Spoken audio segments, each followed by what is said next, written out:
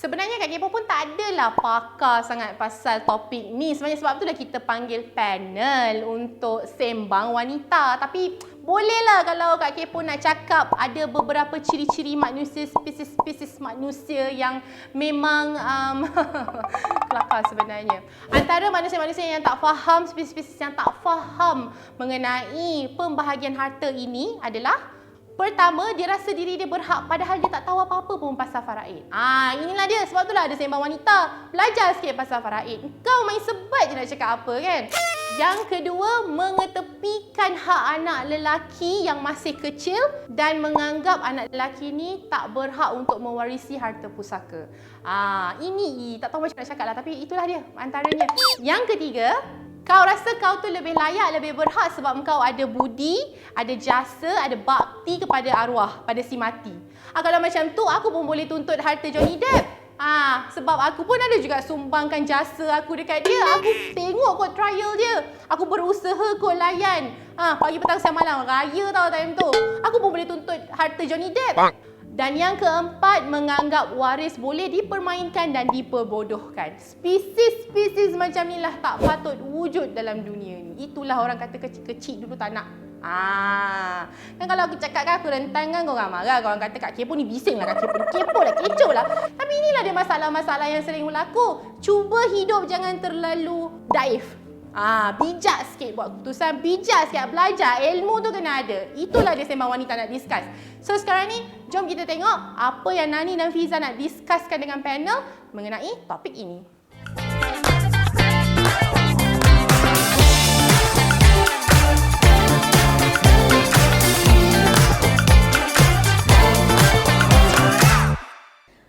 Dengar tu, pesanan Kak Kepo. Terus teringat kematian Insaf lah juga. Rasa macam nak bertaubat ke macam mana ni? Tak nak tahu buat.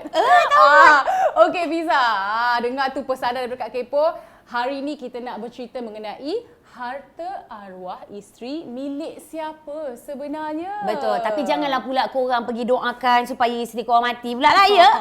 Tetapi kita akan perkenalkan kepada anda, inilah dia Peguam Syar'i Khairul Fahmi and Associates, iaitu Tuan Khairul Fahmi. Apa khabar Tuan? Baik, Alhamdulillah. Beristeri? Beristeri. Berharta? InsyaAllah. Alhamdulillah. Dia dah tahu dah harta isteri pergi mana. Okey, Tuan Khairul, mungkin kita semua nak tahu apakah mungkin peruntukan dalam Islam mengenai pengurusan harta arwah isteri, Tuan? Baik. Bismillahirrahmanirrahim. Terima kasih kedua-dua panel yang sangat ceria. Okey, cerita tentang arwah dalam Islam, bila seseorang itu mati, kita kena ingat akan ada bahagian faraid yang tersendiri. Tetapi bukan selepas mati tu automatik terus faraid. Dia ada peringkat-peringkat sebelum nak bahagian faraid. Jadi kalau tanya soalan siapa yang berhak, ahli waris, dia ada hak.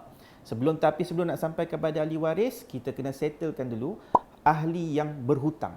Ahli yang ada hutang dengan si mati tu, dia boleh tuntut dahulu.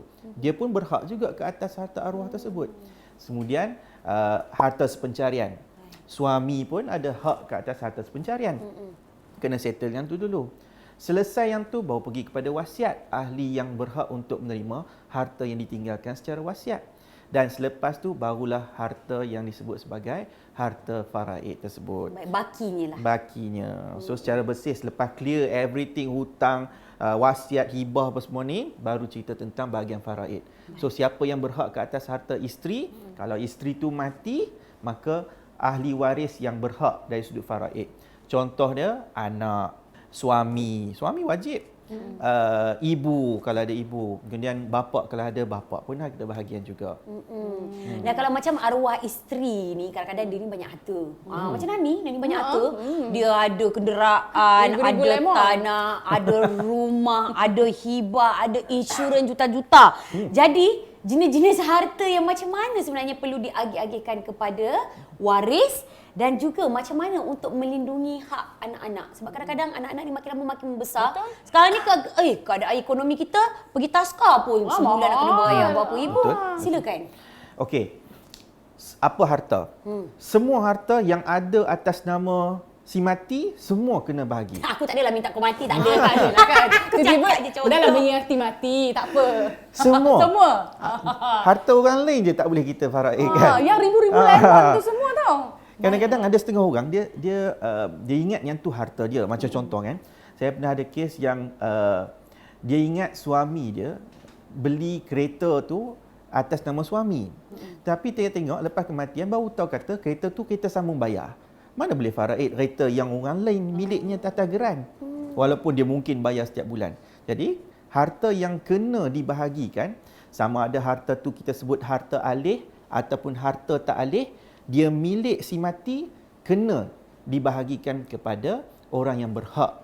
Orang yang berhak tu bukan ahli berhak macam saya cakap tadi, bukan berhak kepada bahagian faraid saja. Yang sebelum faraid, contohnya si mati ni pernah ada buat wasiat.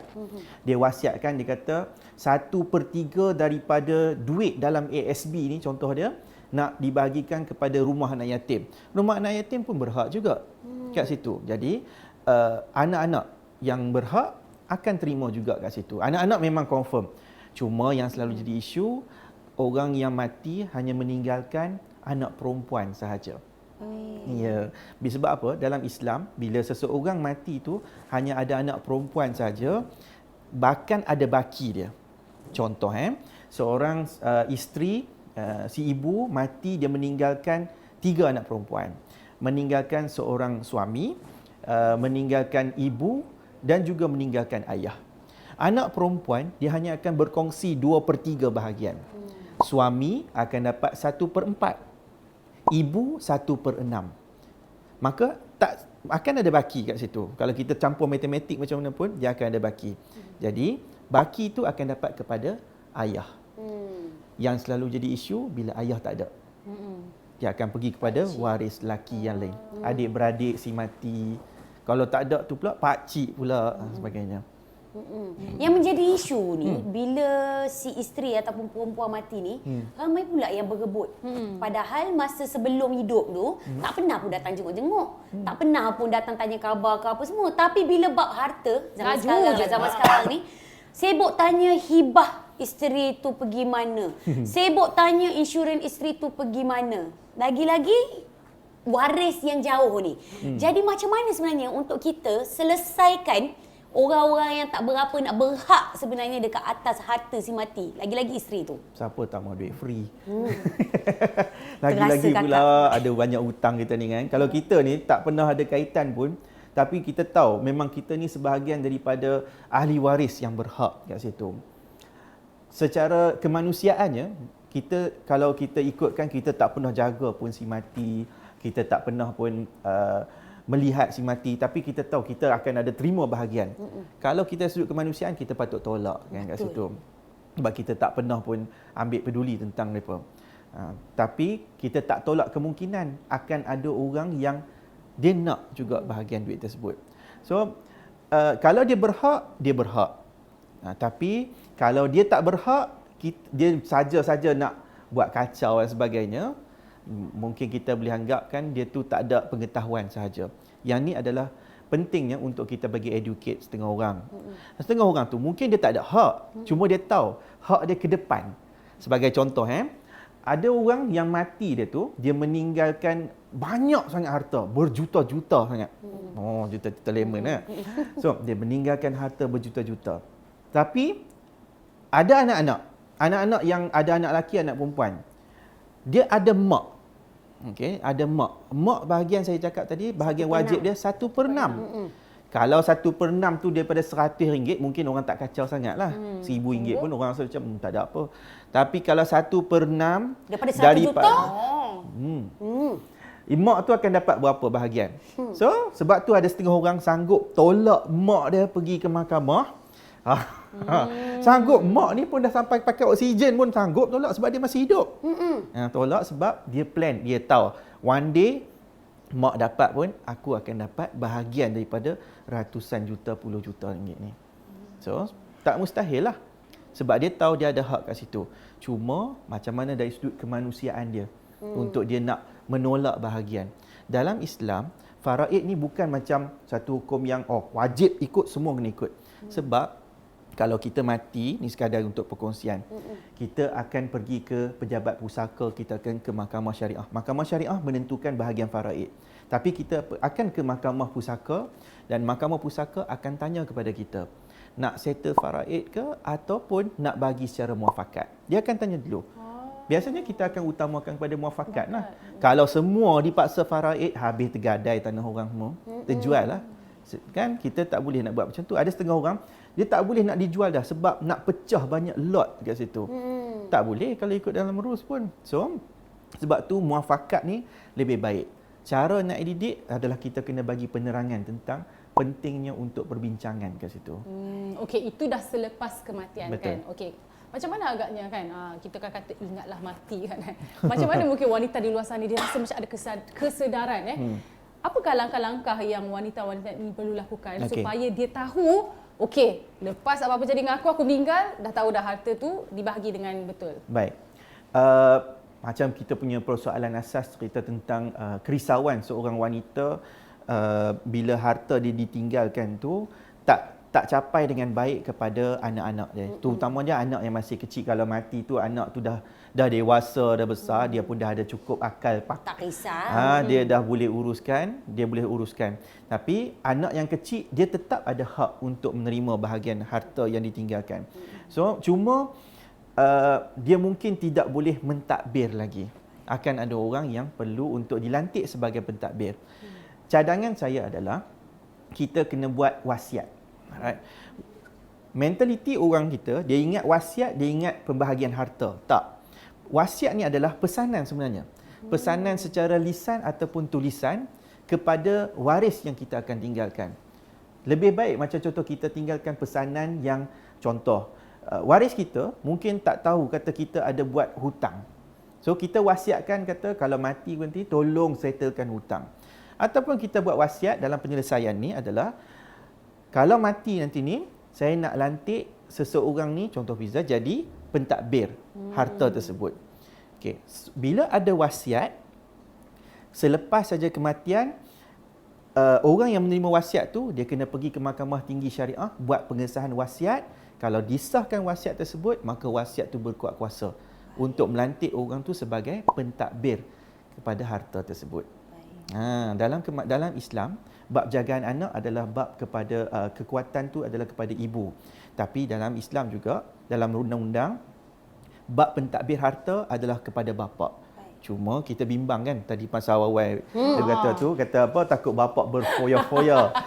Sebab mungkin siapa yang tak tahu saya pun selain daripada peguam syar'i saya juga ejen takaful AIA. Taja seling pula kan. Tiba. Jadi saya selalu tahu ada orang bimbang dia nak buat hibah takaful kepada anak dia. Okay. Tapi kena letak nama suami tu. Tak, dia boleh. Dia letak hibah ke nama anak. Cuma setiap orang mesti akan tanya. Kalau saya mati ni, duit akan dapat kepada anak. Tapi kalau anak tu kecil macam mana?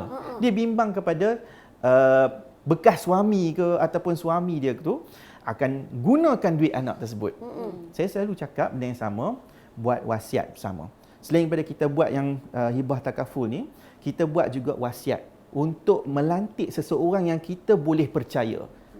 Yang kita boleh percaya yang dia mampu untuk memegang amanah.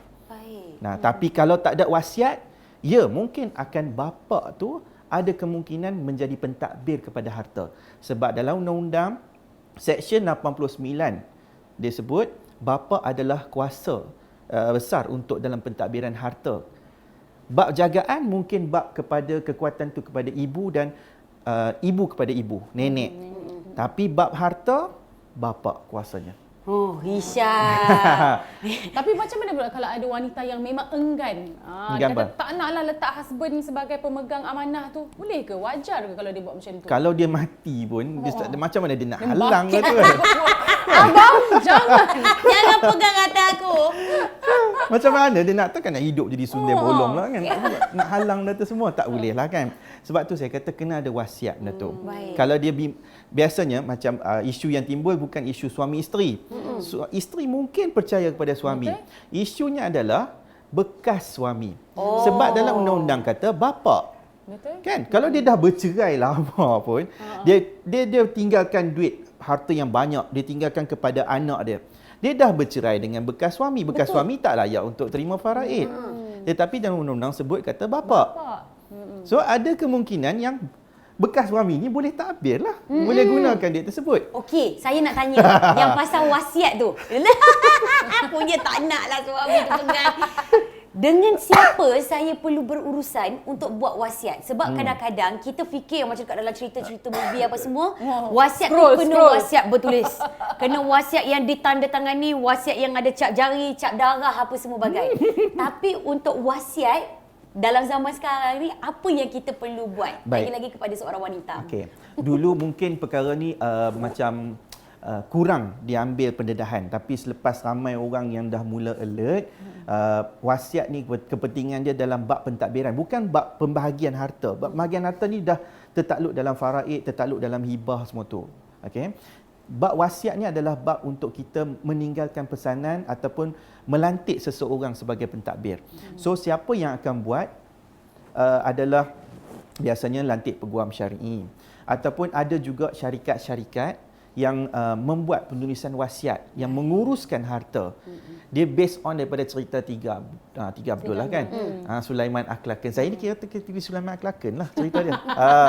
Cumanya tak adalah Ismi Ulam Raja lagi yang nak lantik kat situ. So bersih handsome. Ya, Haji Mi saya kontak tak lama lagi. Jadi bab siapa yang boleh buat tu, ada yang melantik peguam syar'i secara personal, ada juga orang yang melantik syarikat macam Wasiah Shop, ada As-Salihin Trustee dan banyak lagi sebenarnya. Ada juga orang yang dia menulis sendiri. Dia ada ilmu, mungkin dia baca kat mana-mana sebagainya. Tetapi kita kena ingat, apa sahaja penulisan wasiat yang dibuat, sama ada melalui peguam syar'i ke ataupun melalui mana-mana syarikat pun, mati seorang tu, benda tu tak ada apa-apa nilai lagi. Dia hanya a piece of paper yang mungkin ada tanda tangan, ada cop darah apa semua tu lah. A piece of paper like that sahaja. Okay? Hanya akan menjadi kuat kuasa bila dah disahkan oleh mahkamah syariah. So, katakanlah seseorang yang mati ni, dia meninggalkan wasiat, yang akan menjadi waris dia tu boleh filekan permohonan pengesahan wasiat di Mahkamah Tinggi Syariah. Okay, untuk dapatkan declaration bahawa wasiat itu adalah sah dan boleh dikuatkuasakan. Maknanya selepas matilah. Betul. Lebih baik lantik badan yang memang khas untuk wasiat lah kan. Ya, betul. Susah nak. Boleh faham. Siapa nak pandai tulis sendiri, takut salah pula kan. Penat bawa karangan. Dengan ini. Gitu. Kalau aku mati, aku meninggalkan sekian pada anakku. Okey, tetapi apa-apa pun kita nak dengarkan jugalah pendapat daripada orang ramai berkenaan dengan topik kita pada hari ini. Kalau arwah isteri ni, siapa yang akan dapat harta? Jom sama-sama kita saksikan. Pada pendapat akak, kalau isteri meninggal dunia, harta dia jatuh dekat tangan siapa? Kepada anak ataupun suami untuk selesaikan segala urusan untuk anak. Selain itu boleh buat hibah untuk anak lah, untuk dia punya study ataupun dia punya keperluan masa depan dia lah. Isteri meninggal dunia, jatuh faraid lah. Kalau akak ada seorang yang berharta, akak akan beri harta tu kepada siapa? First kepada family member, family member yang kita perlukan lah bantuan maybe kewangan ataupun keperluan, and then kepada family sendiri, anak ke, and then lain sama ada kalau you nak donate ke ataupun anything lah, you nak bagi kepada anak yatim ke ataupun rumah-rumah yang perlukan lah. Kalau akak banyak harta, biasanya akak ibah kepada anak-anak dengan suami lah. Kalau ikutkan bila ikut Islam kan, ikut faraid kan. Kalau adik-beradik tu sefahaman, tak ada masalah pun. Alright, itu adalah kata-kata selain daripada kepo. Yeah. Kita tanya kat kepo, kita tanya netizen, semua kita tanya. Betul. Maklumlah, maksudnya wanita zaman sekarang ni banyak harta. Itu semua nak tahu ni. Mana? Independent, kita pandai cari duit. Kadang-kadang kita risau juga kalau mungkin suami kita menyalahgunakan harta yang bakal ditinggalkan. Tetapi kita masih lagi bersama dengan panel jemputan kita berkenaan dengan topik kita. Sentiasa ada dekat dalam hati wanita ni. Bila kita berjumpa dengan orang, bila cakap pasal bab duit, anak-anak kita akan dahulukan segalanya. Tapi bila bab suami nak ambil duit daripada dompet kita pun, kita cakap, hai, Apatah lagi kalau macam insurans. Contohnya insurans nak letak nama penama suami. Tak nak. Saya nak letak nama mak ataupun ayah saya. Boleh tak? Ataupun nama anak-anak saya nanti. Lepas tu contoh kalau macam hibah. Lah! Pengalaman ke? Pengalaman mengajar kita. Saya tak nak letak nama suami. Takut nanti saya tak tahu apa yang akan jadi. Tante, suami saya mati dulu ke? Ataupun saya mati dulu Letak ke nama apa? anak-anak. Letak nama anak-anak. Dan saya lagi percaya mak bapak saya daripada suami sendiri. Jadi, apa isu saya sebenarnya? Adakah ini normal? Biasa. Yalah, sebab bukan kita, kebanyakan orang dia akan ada mentality macam tu. Nanti kalau aku bubuh nama dia, dapat duit banyak pula tu. Yalah, insurans sekarang, takaful ke apa semua ni. Kalau dihibah, dia tinggalkan 100,000. Sejuta pun ada. Banyak, sejuta pun ada. Jadi, dia akan jadi orang kaya baru terus kat situ selepas kematian orang tersebut. Jadi dia akan fikir, nanti dia akan gunakan yang ni untuk kegunaan diri dia sahaja, dia akan abaikan yang lain. Dia akan utamakan bagi kepada selain daripada suami. Dia buat nama anak. Okeylah kalau buat nama anak, okey juga lagi, bagus kan. At least anak kita ni tidaklah menjadi seorang yang meminta-minta selepas kematian. Cuma kita kena ingat satu perkara. Suami kita adalah orang yang akan kebanyakannya dia akan menguruskan. Ni kalau cerita yang pasangan yang tak bergaduh lah cerita dia. Dia akan menguruskan harta yang ditinggalkan oleh wanita itu sendiri.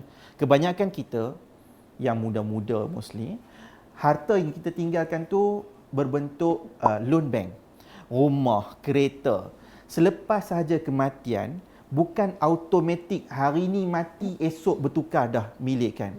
Dia akan ada masa yang tertentu, mungkin 6 bulan, mungkin setahun, mungkin bertahun sebelum harta pusaka tu selesai. Ada orang nak kena settle harta pencarian, settle wasiat. Jadi dalam tempoh nak selesai tersebut masih lagi kena bayar hutang. Bayar rumah. Kalau tak bayar, mungkin 3 bulan itu bank datang tarik kereta lah, nak kena sita rumah kat situ. Tak jadi apa juga. Kalau suami ni tak cukup duit, dia nak kena mempertahankan lagi rumah-rumah tersebut, kereta tersebut.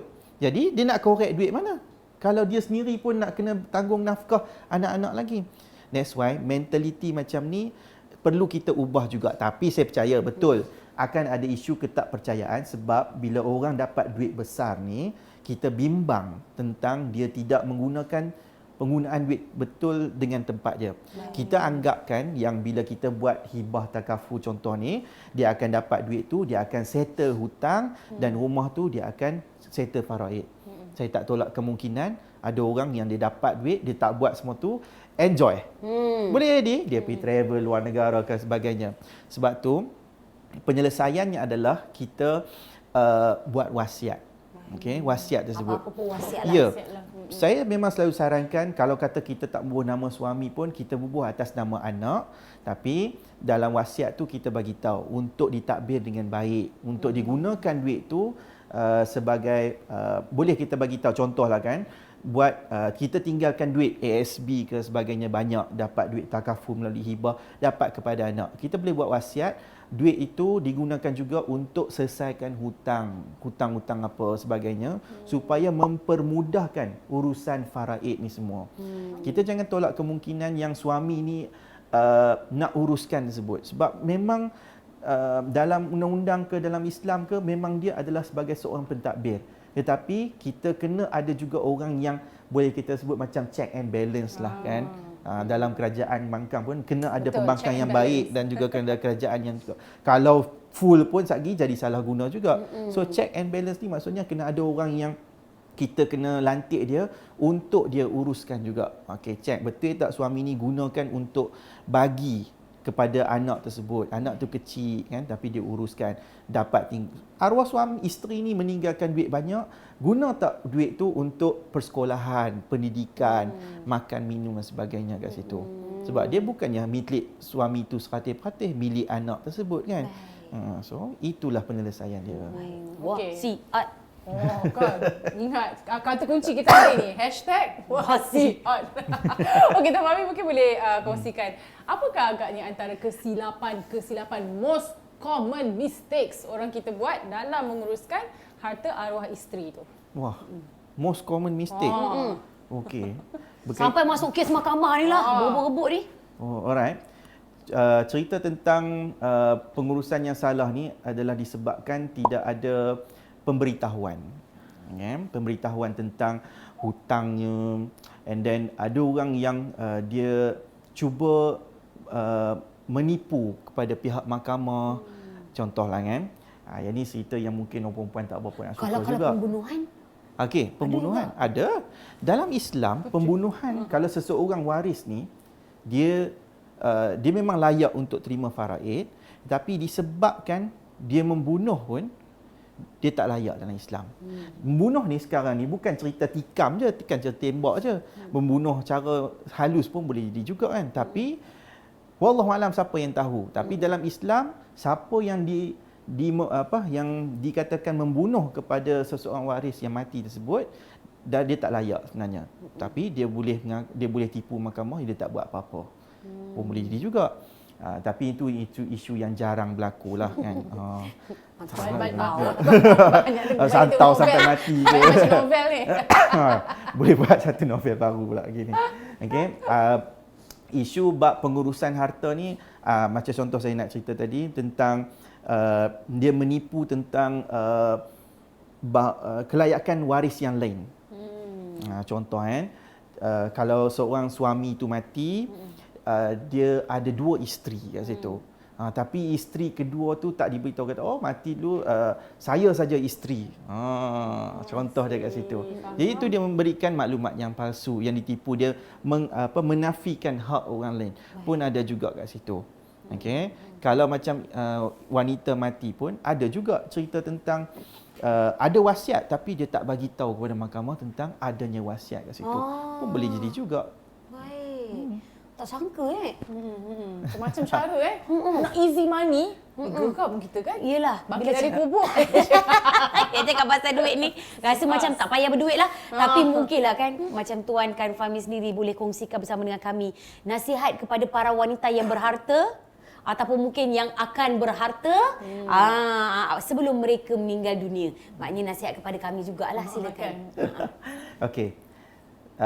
Lebih baik kita tinggalkan waris kita dalam keadaan berharta daripada kita tinggalkan dia dalam keadaan meminta. Yang ni memang dalam Islam memang disuruh. Okay? So jangan takut untuk kita kumpul harta. Harta dalam Islam adalah satu benda yang penting untuk kita tinggalkan supaya anak waris kita tidak ditinggalkan dalam keadaan miskin. Cuma yang kita kena alert adalah bagaimana kita nak menguruskannya dengan baik. Selain daripada wasiat, kita boleh buat hibah juga. Okay? Boleh buat hibah. Hibah sebenarnya lagi bagus. Sebab hibah ni, kita menyerahkan kepada seseorang tu 100% walaupun dia mungkin kepada waris kita. Macam contoh, kita ada kereta. Kita tak mau kereta kita tu dijual dan dibahagikan. Kita nak bahagi terus kepada anak kita. Dan kita boleh buat surat ikatan hibah. Tadi saya cadangkan wasiat sebab cerita tentang pentadbir. Tapi kalau contoh kita rasa macam tak payah takbir lah, kita nak bagi terus. Okay? So kita hadiah terus. Hibah is hadiah. Jadi kita bagi secara terus melalui hibah. Cuma ada orang dia tak boleh nak buat sekarang disebabkan kereta ke, rumah ke, duit takafu insurans ke, semuanya dalam bentuk yang belum selesai lagi sempurna je. Kereta masih ada loan, rumah masih ada loan, insurans pun bukan habis tempoh bayar lagi. Jadi sebab itulah hibah datang dalam bentuk yang kita namakan hibah rukbah, hibah bersyarat. Maksudnya kalau aku mati nanti ni, dia akan jadi milik kepada penerima hibah. Kalau wasiat, kita tak boleh wasiatkan harta kepada waris kita. Kalau nak dapat, macam contoh, ada orang kata wasiat, macam cerita kadang-kadang cerita mengelirukan. Dia kata wasiat mati, harta ni akan dapat kepada yang ni, dapat kepada yang ni. Tetapi sebenarnya dalam Islam 1/3 saja kepada bukan waris. Okay? Dan kita tak boleh bahagi itu kepada ahli waris sebab dia adalah orang yang berhak secara faraid. Tapi dari sudut hibah, you nak bagi kat siapa pun suka hati. Nak bagi kat saya pun boleh. Walaupun bukan waris, walaupun bukan petalian sedang. Saya berbesar hati sangat. Jadi memang hibah ni memang satu alternatif. Penyelesaian yang sangat baik lah saya kira. Lagi-lagi pula kita di era yang berhutang-hutang. Walaupun harta, tapi berhutang-hutang. Jadi jangan lupa untuk dapatkan hibah bersama dengan ejen kita. Wow, terima kasih. Terima kasih kan. Okay. Dan terima kasih banyak sampai sini sahaja sesi sembang kita. Terima kasih kepada Tuan Khairul Fahmi, Peguam Syar'i Khairul Fahmi and Associates. Banyak yang kita belajar kali ini. Betul. Kuranglah sikit rasa sangsi kepada suami. Jadi kepada anda semua diharapkan dah terbukalah hati untuk buat wasiat, untuk buat hibah dan sebagainya. Dan sehingga kita berjumpa lagi untuk sesi yang seterusnya. Pastinya dengan topik yang lebih menarik. Yes. Jadi kita nak mengundurkan diri lah ya. Tapi janganlah lupa kalau suka video ni buat apa? Share, like, subscribe kami di YouTube dan juga Facebook Mingguan Wanita. Terima kasih Tuan Khairul Fahmi. Sama-sama. Dengan itu kita undurkan diri. Terima kasih semua. Bye-bye. Bye-bye. Bye-bye. Bye-bye Syeda, bye-bye. Bye. Assalamualaikum semua. Jumpa di episod yang akan datang dalam Sembang Wanita.